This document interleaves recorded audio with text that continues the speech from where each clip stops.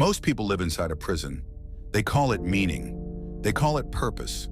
But there are those who walked out of that prison, looked back at the bars and smiled. Because once you see that nothing matters, you discover the only thing that does: power. Machiavelli never wrote about nihilism by name, but he understood its essence better than anyone who came after him. He saw that the man who stops believing in cosmic justice, divine reward, or moral absolutes becomes the most dangerous force in any room. Why? Because he is no longer controlled by the invisible chains that bind everyone else. The nihilist and the absurdist, those who accept the void, don't just reject meaning, they weaponize the absence of it. This isn't philosophy for its own sake. This is the machinery of power. This is how people manipulate you without you realizing it. And by the time this is over, you'll see every interaction, every negotiation, every power struggle through a lens you cannot unsee. You'll understand exactly how these people operate. You'll recognize the weapons they deploy, and you'll see the price they pay. The loneliness, the emptiness, the risk of becoming hollow. Then the choice is yours. Use the knowledge to defend yourself. Use it strategically. Or walk away and pretend you never saw it. But you can't unknow this. The curtain doesn't close. The prison of belief. Here's what keeps most people weak. They need the world to make sense. They need their suffering to mean something. Machiavelli observed this repeatedly in The Prince. The masses cling to symbols, rituals, and narratives because, without them, they would collapse under the weight of uncertainty. The church didn't rule through military might alone. It ruled by convincing millions that their pain had cosmic purpose. Obey now, receive later, suffer here, be rewarded there. Beautiful, efficient, effective, but entirely constructed. Camus would later call this the fundamental human condition, the confrontation between our desire for meaning and the universe's indifference to that desire. He named it the absurd. Machiavelli simply called it reality. The prince who believes his power is divinely ordained is dangerous. The prince who knows it is nothing but force, cunning, and theater is unstoppable. Here's the key insight. Most people would rather die than admit life has no inherent meaning. This psychological dependency is their weakness, and it becomes an exploitable advantage the moment someone stops sharing that delusion. Watch how this plays out in any negotiation, any power dynamic, any relationship. The person who needs the interaction to be fair, to be meaningful, to validate their worldview, that person has already lost, because needing something gives the other party leverage. The nihilist doesn't need fairness. The absurdist doesn't need validation. They've already accepted the void, and acceptance is freedom. What nihilism actually is, let's strip away the caricature immediately. The nihilist is not the depressed teenager writing poetry about death. That's performance. That's aesthetic. Real nihilism is the quiet recognition that the universe doesn't care. There is no referee. There is no scoreboard. There is no final judgment where good is rewarded and evil is punished. Machiavelli saw it in Renaissance Italy. Rulers who committed atrocities died peacefully in their beds, while virtuous men were torn apart by mobs. Justice is not a law of nature. It is a tool. It is propaganda. And once you see it as such, you are no longer afraid of violating it. Viktor Frankl, who endured the Nazi death camps, arrived at a different conclusion than Camus. He argued that man must create meaning, but even Frankl admitted the universe itself provided none. Those who survived the camps, he noted, were not the strongest or the most moral. They were the ones who could endure meaninglessness long enough to construct their own purpose. But here's what Machiavelli understood that Frankl didn't emphasize. You can construct any purpose you want. You are not bound by inherited morality. You are not obligated to choose a good meaning over a ruthless one. If meaning is constructed, not discovered, then you can build a value system optimized for power, for survival, for domination. And it will be just as valid as any compassionate system because validity itself is a human invention. The nihilist sees this, and once he sees it, he can't go back. The question becomes, what does he build in the void? The absurdists answer. But there's a crucial split here. The nihilist recognizes the void and often stops there. paralyzed by meaninglessness or liberated into pure destruction. The absurdist recognizes the void and keeps moving anyway. Camus asked us to imagine Sisyphus happy, the eternal punishment, pushing a boulder up a mountain only to watch it roll back down, forever. No progress, no escape, no cosmic reward, just the task, repeating infinitely. Most people would call this hell. Camus called it the human condition, and he argued that Sisyphus achieves happiness not by escaping the absurdity, but by accepting it fully while continuing to push. The boulder will always roll back. That's not the tragedy. The tragedy would be waiting for it to stay at the top. Sisyphus smiles because he has stopped hoping for a different outcome and chosen to push anyway. This is where absurdism becomes strategically devastating. The absurdist has solved the motivation problem that cripples everyone else. Most people need hope to act. They need to believe their actions will lead somewhere permanent, that the struggle will pay off, that the sacrifice will be worth it. When hope dies, they stop moving. The absurdist acts without hope. He doesn't need guaranteed outcomes. He doesn't need cosmic validation. He doesn't need the boulder to stay at the top. He pushes because pushing is preferable to surrender, because the act of pushing is the only dignity left, because action without hope is still action, and action creates results even when meaning doesn't. Machiavelli would call this virtù, the ability to impose your will on chaos regardless of fortune. The prince who needs favorable conditions never acts. The prince who acts regardless of conditions shapes reality. This makes the absurdist relentless in ways that hope-dependent people cannot match. While others are calculating probability of success, he's already moving. While others are waiting for the right moment, he's creating moments.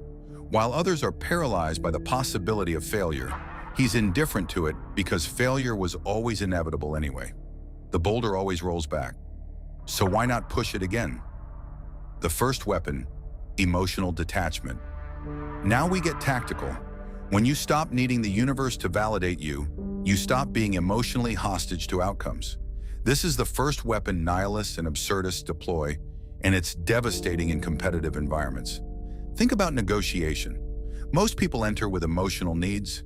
They need to be liked. They need to appear reasonable. They need the other party to think they're fair. They need to maintain their reputation. These needs are invisible chains.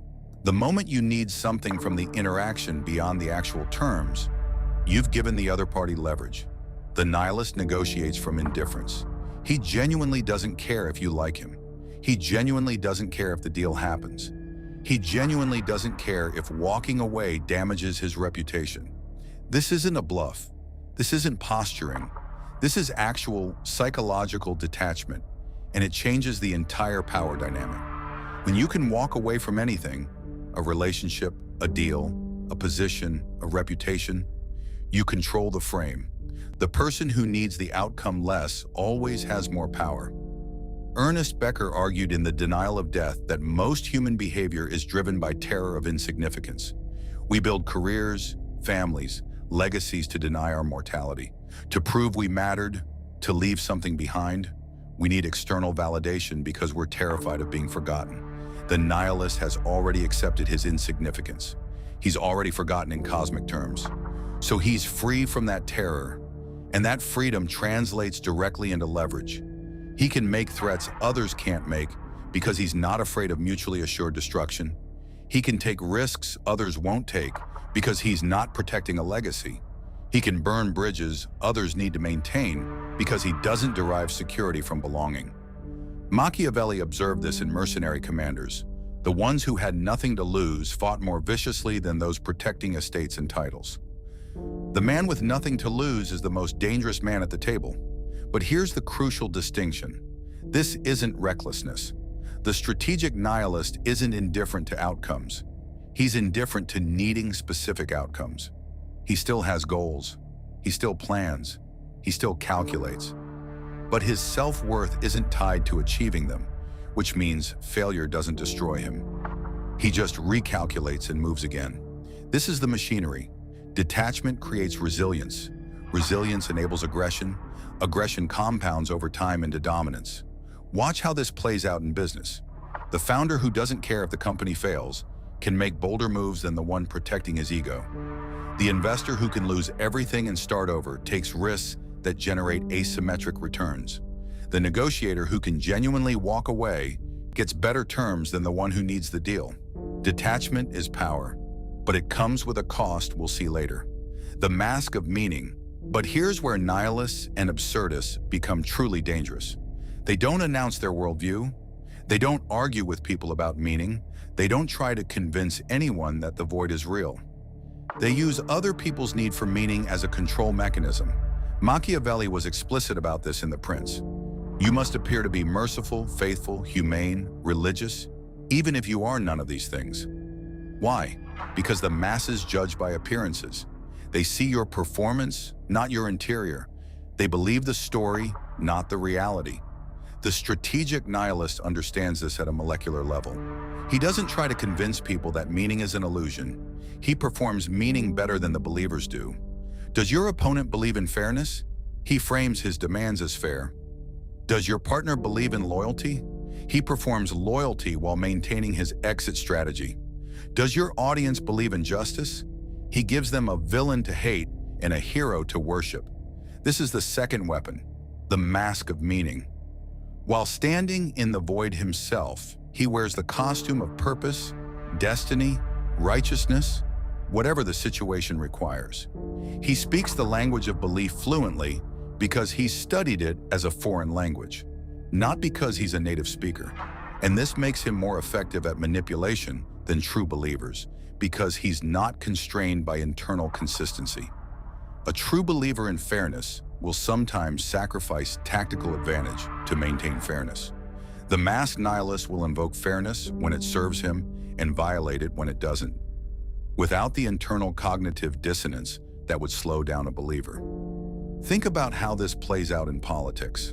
The most effective political operators are often those who can perform ideology without being constrained by it.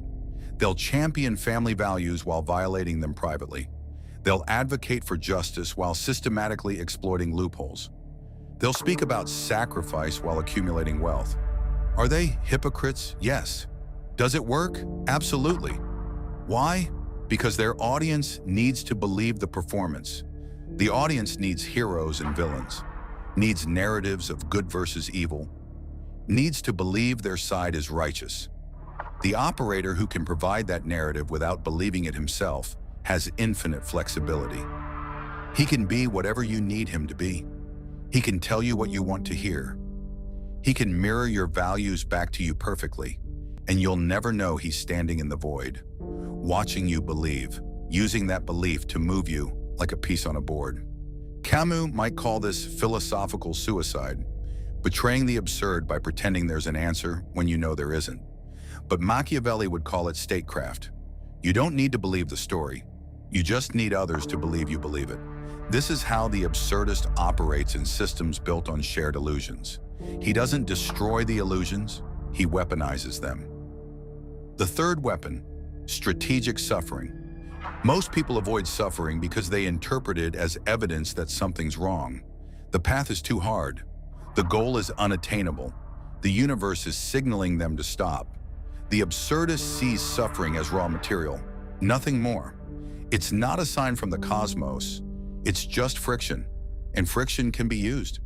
Machiavelli observed that princes who had endured exile, betrayal, and war made more effective rulers than those who inherited power smoothly. Why? Because suffering is a filter. It removes the weak. It reveals who can endure. It strips away comfortable delusions and forces you to see reality without the padding. The man who has lost everything and rebuilt understands that security is temporary. Alliances are conditional. Power is the only currency that actually transfers. He doesn't hope for loyalty. He engineers incentives that make loyalty rational. He doesn't trust in goodwill. He creates dependencies that make betrayal costly. Viktor Frankl noted that concentration camp survivors often had a why to live for, but the content of that why varied wildly. Some survived to reunite with loved ones. Some survived to testify about what happened. Some survived out of spite, simply to prove they could outlast their captors. The meaning didn't have to be noble. It just had to be strong enough to endure the suffering. The absurdist takes this further. He doesn't wait for suffering to give him meaning. He chooses suffering when it serves his strategic goals. He endures the boring, the painful, the humiliating, not because he's masochistic, but because he knows suffering creates asymmetry. While competitors optimize for comfort, he optimizes for capability. While others avoid difficult paths, he takes them because fewer people are there. While others quit when it stops being fun, he continues because fun was never the point. This is Sisyphus weaponized. The willingness to push the boulder indefinitely, without hope of reaching the top, becomes a competitive moat. Most people can't sustain effort without positive feedback. They need wins. They need validation. They need evidence they're on the right path. The absurdist doesn't need any of that. He just needs the next push.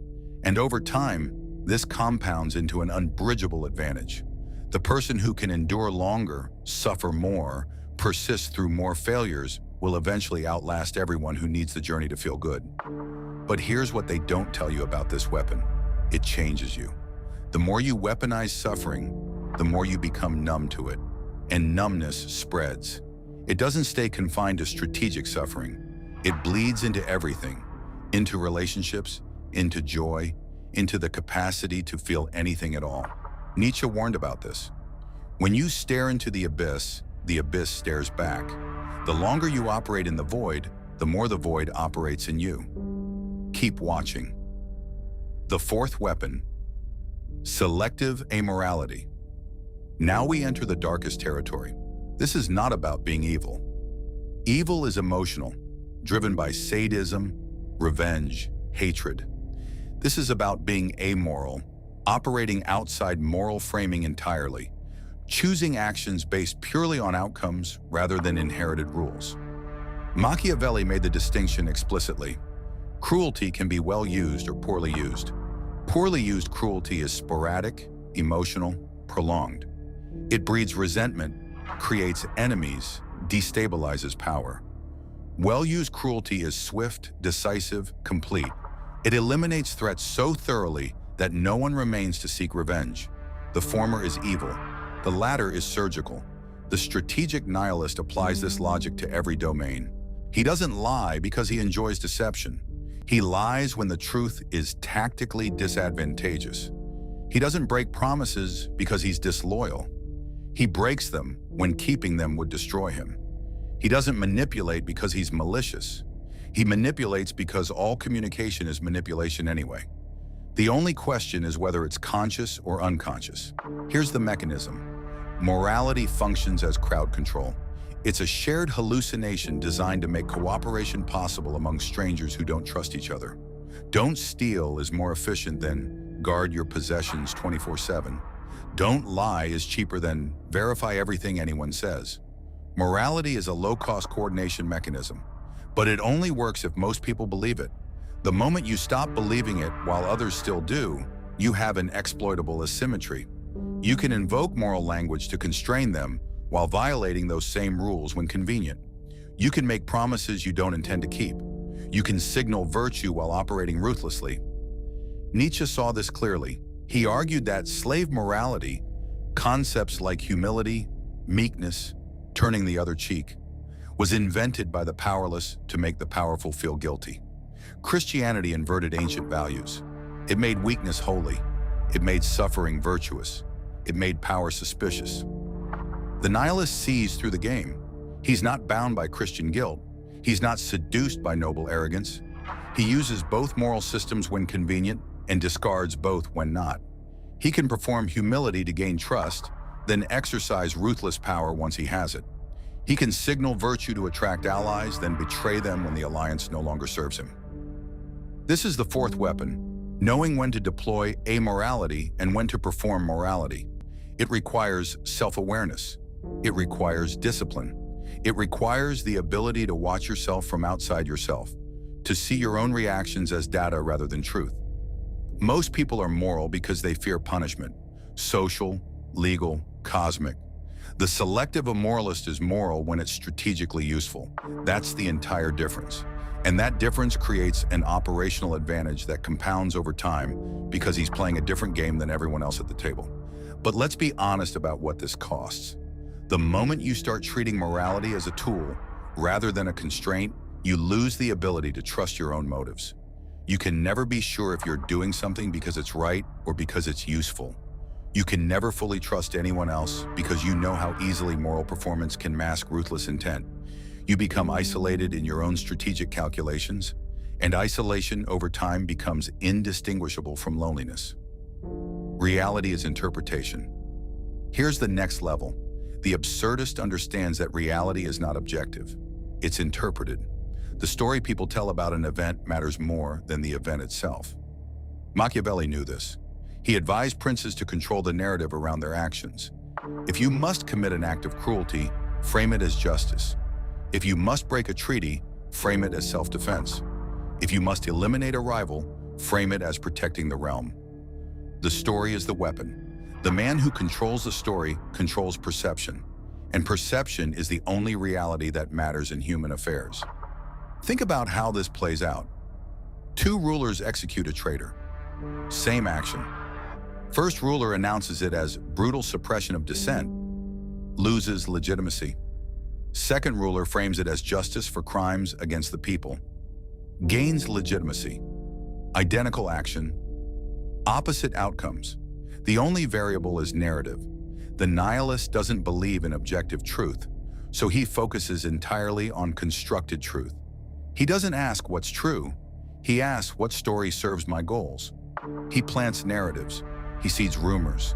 He shapes how others interpret his actions, his motives, his character. He doesn't argue with critics. He makes them irrelevant by changing the conversation. He doesn't defend himself against accusations. He reframes the accusation as evidence of the accuser's bias. This is why nihilists and absurdists dominate media, politics, and corporate leadership. They understand that meaning is malleable. They can take the same set of facts and spin 3 different stories depending on the audience. And because they don't feel obligated to tell the truth, they tell the useful truth, the version that serves their goals, the version that moves people in the direction they want, the version that builds the reality they're constructing. This is the 5th weapon, narrative control, and it's more powerful than any of the others because it operates at the level of perception itself. You can have all the facts on your side and still lose if someone else controls the story. You can be objectively right and still be destroyed if the narrative paints you as wrong. Truth is what people believe, and people believe stories, not data. The 6th weapon, emotional immunity. Most people are controlled by shame, guilt, and fear of judgment. These are social emotions, designed to enforce group cohesion, to punish deviation, to keep individuals aligned with collective norms. The absurdist has severed the link between his self-worth and external validation. He doesn't need you to like him. He doesn't need you to approve. He doesn't need you to think he's good. This makes him immune to the primary tools of social control. You can't shame him into compliance. You can't guilt him into concessions. You can't scare him with reputation damage because he doesn't derive his identity from reputation. Machiavelli observed that princes who cared too much about being loved were easily manipulated. Their need for approval made them weak. The prince who accepted that he would be hated, feared, and misunderstood was free to act in his own interest. The absurdist goes further. He doesn't even need to be understood. He accepts that most people will never comprehend his motives, his strategy, or his worldview. And that's fine. Their confusion is his camouflage. This is the 6th weapon, emotional immunity. When social pressure can't touch you, when reputation can't constrain you, when judgment can't slow you down, you operate at a speed and with a ruthlessness that others can't match. You can make unpopular decisions without hesitation. You can say no without guilt. You can walk away from relationships, deals, entire lives without looking back. Because your sense of self isn't tied to what others think of you. It's tied to nothing, or to something you constructed in the void that no one else can see. But here's the cost of this weapon. You become unreachable. People can't connect with you because connection requires vulnerability, and vulnerability requires caring what others think. You can have transactions, you can have alliances, you can even have partnerships, but you can't have intimacy. Because intimacy requires letting someone see the machinery. And if they see the machinery, If they see that you're standing in the void, wearing masks, deploying weapons, operating without the constraints they believe in, they'll either run or try to destroy you. So you stay alone, strategically isolated, tactically unreachable. And over time, that isolation becomes so complete, you forget what it felt like to be anything else. Loneliness at the top. Now we talk about what they don't tell you, the price. Because there is always a price. The moment you stop believing the stories everyone else believes, you become an outsider. You can perform belonging. You can wear the mask. You can speak the language. But you're never really there. You're always watching from the outside, calculating, strategizing, observing. Machiavelli himself died isolated, banned from Florence, writing his masterpiece in exile. The man who decoded power couldn't use it to save himself. Nietzsche went mad, alone, ranting in the streets before collapsing. Camus died in a car crash at 46, never reaching old age. Viktor Frankl built a new psychology, but admitted he could never fully communicate the void he'd seen in the camps. Why? Because once you've seen behind the curtain, you can't unsee it. And most people don't want to see it. They want the illusion. They need the illusion. If you try to take it from them, they will hate you for it. If you perform the illusion too well, you will forget why you're performing and lose yourself in the role. This is the first cost. You will always be alone in your head. You can have allies, you can have partners, you can even have love, but no one will fully understand the machinery you're running inside because they are still inside the prison you left. They still believe the boulder might stay at the top. They still hope for cosmic justice. They still need the world to make sense. And you don't. So you translate everything you think into their language. You perform emotions you don't feel. You pretend to care about things that don't matter. You maintain relationships that serve strategic purposes but provide no genuine connection. Machiavelli advised the prince to keep his own counsel, to trust no one fully, to always maintain distance between his inner strategy and his outer performance. The nihilists and absurdists do this instinctively. They are always performing, always translating, always alone. And loneliness, over years and decades, becomes a kind of madness. Not the dramatic kind, the quiet kind. The kind where you wake up one day and realize you haven't had a genuine conversation in months. Where every interaction is a transaction, where every relationship is a calculation, where you've become so good at wearing masks that you've forgotten what your actual face looks like. The trap of superiority. Here's the second cost, arrogance.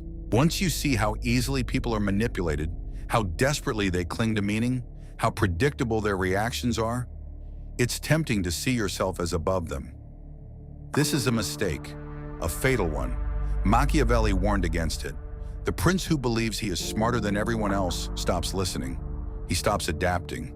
He becomes brittle. He assumes he's seen every pattern, anticipated every move, accounted for every variable. And then someone who still believes in the game, someone operating from genuine conviction rather than strategic calculation, outplays him precisely because they have nothing to lose and everything to prove. Nietzsche called this the danger of the abyss. When you stare into it, the abyss stares back. The longer you operate without moral constraints, the more you risk becoming the very thing you sought to transcend. A hollow shell optimizing for power with no purpose beyond accumulation. The absurdist must constantly remind himself why he pushes the boulder. Not because it will reach the top, but because the act of pushing is the only dignity left. If he forgets this, if he starts pushing simply because he's good at pushing, simply because he's better at it than everyone else, he becomes a machine, efficient, ruthless, empty, and machines are easy to break because machines have no creativity. They follow patterns. They optimize for known variables. And the moment the environment changes in ways they haven't accounted for, they fail catastrophically. The absurdist who falls into superiority loses the very thing that made him dangerous, the ability to adapt, to see clearly, to operate without delusion. He becomes deluded by his own lack of delusion. He starts believing his own performance, and that's when he loses. The risk of becoming hollow. But the deepest cost is this: you risk becoming nothing. Ernest Becker argued that humans build hero systems, cultural stories that let them feel significant despite their mortality. We create meaning, build legacies, pursue goals that outlast us, all to deny the fundamental terror of our own insignificance. The nihilist sees these hero systems for what they are, defense mechanisms against existential dread. And once you see them, you have two choices. Build your own hero system consciously, knowing it's constructed but choosing to believe in it anyway. Or operate without one entirely. Most strategic nihilists choose the second option. They operate without a hero system. They don't build legacies. They don't pursue meaning. They just accumulate power, win games, outmaneuver opponents. And over time, this creates a specific kind of emptiness. You win, but you don't know why you're winning. You accumulate, but you don't know what you're accumulating for. You push the boulder, but you've forgotten why you chose to push. This is the trap Camus warned about. The absurdist must constantly choose to push. The choice is what gives it meaning. But if you automate the choice, if you push simply because you've always pushed, simply because you're good at it, you lose the rebellion that made the act meaningful in the first place. You become Sisyphus without the smile, just pushing, forever, for nothing. Nietzsche saw people fall into this trap. He called them the last men, people who had killed God, killed meaning, but hadn't built anything in its place. They just existed, comfortable, empty, going through motions without purpose. The nihilist who weaponizes the void without building something in it eventually becomes indistinguishable from the void itself. A black hole, consuming everything, giving nothing, creating nothing, meaning nothing.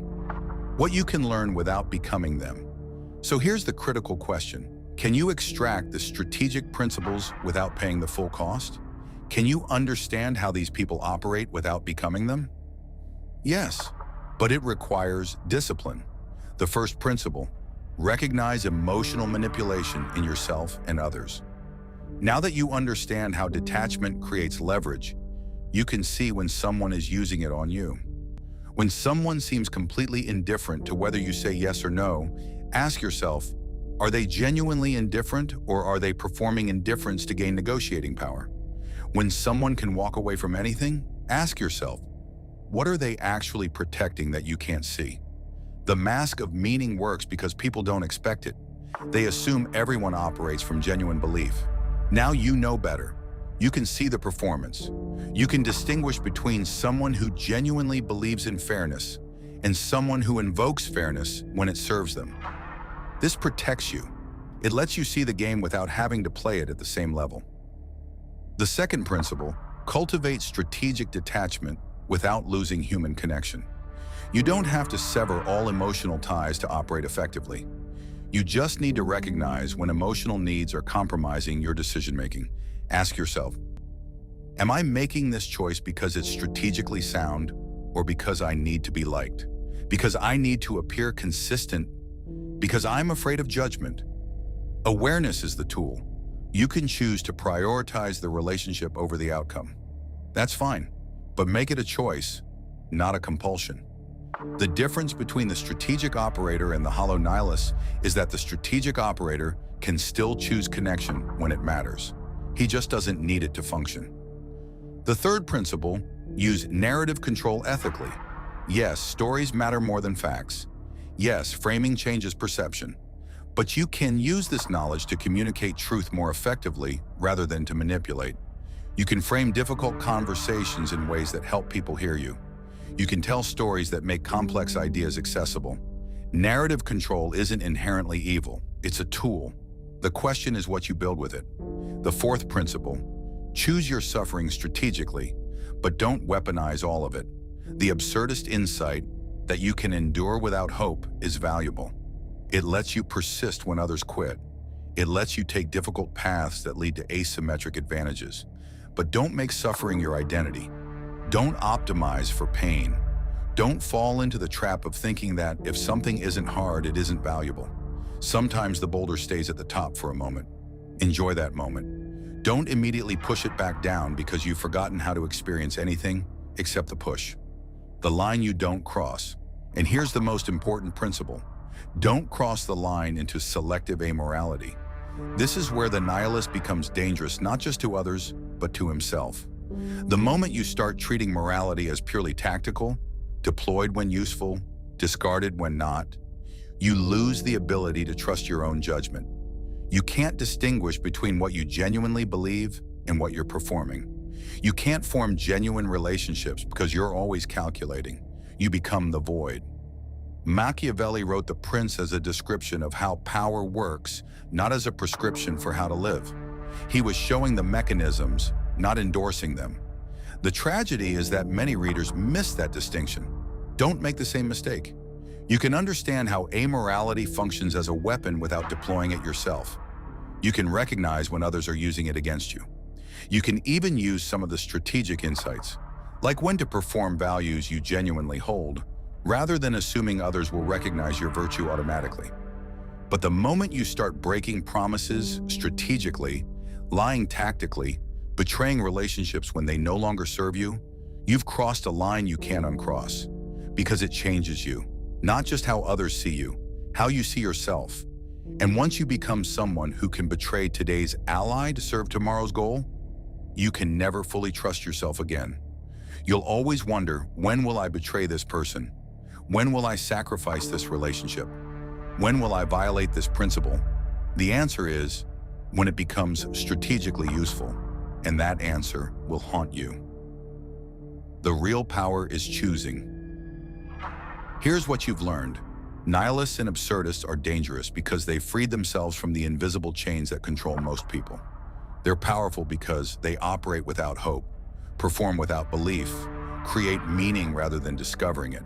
They weaponize emotional detachment, strategic suffering, selective amorality, narrative control, and emotional immunity. But they pay a price: loneliness, arrogance, the risk of becoming hollow, the loss of genuine human connection, the inability to trust their own motives.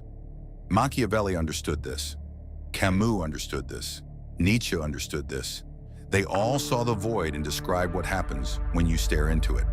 But here's what matters. You now have a choice they didn't give themselves. They walked into the void to explore it, to map it, to understand it. Some of them never came back. Some of them came back changed in ways that destroyed them. Some of them came back and tried to warn others, you're standing at the edge. You can see into it now. You understand the machinery. And you get to choose how much of this knowledge you use. 3 paths forward. Path 1. Reject it entirely. Go back to believing the stories.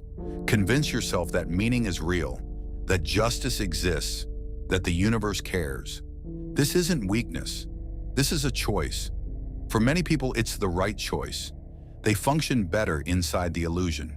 They're happier. They're more connected. They build lives worth living. If that's you, close this now. Forget what you've seen.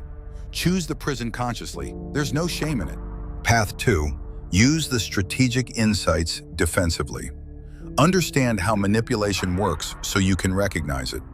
Cultivate some emotional detachment so you're not controlled by others' approval. Learn to control narratives so you can communicate effectively. Use the principle of strategic suffering to persist through difficulty. But keep your moral constraints intact. Don't cross the line into amorality. Don't weaponize the void. Use the knowledge to defend yourself, not to dominate others. This is the middle path. It's harder than it sounds, because once you know how to manipulate, the temptation to use it is constant. Every interaction becomes an opportunity. Every relationship becomes a calculation. You have to constantly choose not to deploy weapons you know how to use. But it's possible. Path 3. Become them. Walk fully into the void. Adopt the weapons. Operate without moral constraints. Optimize purely for power. See how far you can go. This path will make you formidable. It will make you effective. It will make you dangerous. And it will cost you everything that makes you human. You will win games you don't care about. You will accumulate power you don't know how to use. You will surround yourself with people who fear you or need you, but no one who knows you. You will push the boulder to the top again and again, but you will never know why you're pushing. And one day you will realize that the only thing you've built is emptiness. The choice is yours. Machiavelli wrote The Prince not because he loved tyranny, but because he understood power. Camus wrote about the absurd not because he wanted to create nihilists, but because he wanted to show that life without cosmic meaning could still have human meaning, chosen, created, rebellious meaning. Nietzsche wrote about the death of God not to celebrate it, but to warn about what happens when we kill the foundations of our values without building new ones. Viktor Frankl survived the camps and wrote Man's Search for Meaning to show that even in the void, even in the most meaningless suffering imaginable, humans could create purpose. They all saw the same thing. The universe doesn't provide meaning. It doesn't enforce justice. It doesn't care. But they reached different conclusions about what to do with that knowledge. And now you have to reach yours. You cannot unknow this. The machinery is visible now. You can see how people manipulate, how they perform, how they weaponize detachment and narrative and strategic amorality. You can see the void. The question is, what will you build in it?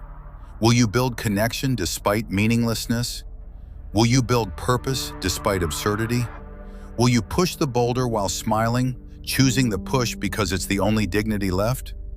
Or will you optimize for power until you become hollow, until you forget why you started pushing, until you're just a machine executing strategies that serve no purpose you can name? The boulder is waiting, the void is watching, and you, finally, are awake. Most people will watch this and do nothing. They'll go back to sleep. They'll return to the prison and call it comfort. They'll pretend they never saw behind the curtain. But you're still here. That means something. Not cosmically, but tactically. It means you're the type who finishes what they start, who sees the game and decides whether to play it, who understands that knowledge without wisdom is just ammunition. The nihilist knows the weapons but forgets why he picked them up. The absurdist knows the weapons but chooses when to use them and when to set them down. The strategist knows the weapons and knows the cost and makes the choice consciously. Which one are you? The next move is yours. But understand this, every time you deploy one of these weapons, you change. Every time you treat a relationship as a transaction, you lose a piece of your capacity for connection. Every time you perform meaning without believing it, you drift further from genuine experience. Every time you weaponize suffering, you numb yourself to joy. Small choices, compounding over time, until one day you look in the mirror and see someone you don't recognize. Or worse, someone you recognize perfectly and wish you didn't. Machiavelli died alone, his masterpiece unappreciated until after his death. Nietzsche died mad, his philosophy twisted by people who never understood it. Camus died young, his rebellion incomplete. They paid the price for seeing clearly. You don't have to pay the same price. You can see the void without becoming it. You can understand the machinery without turning into a machine. You can push the boulder while choosing why you push. But only if you decide, right now, what you're building. Not what you're destroying, not what you're optimizing, what you're building. Because in the end, that's the only question that matters. The universe won't answer it, so you have to.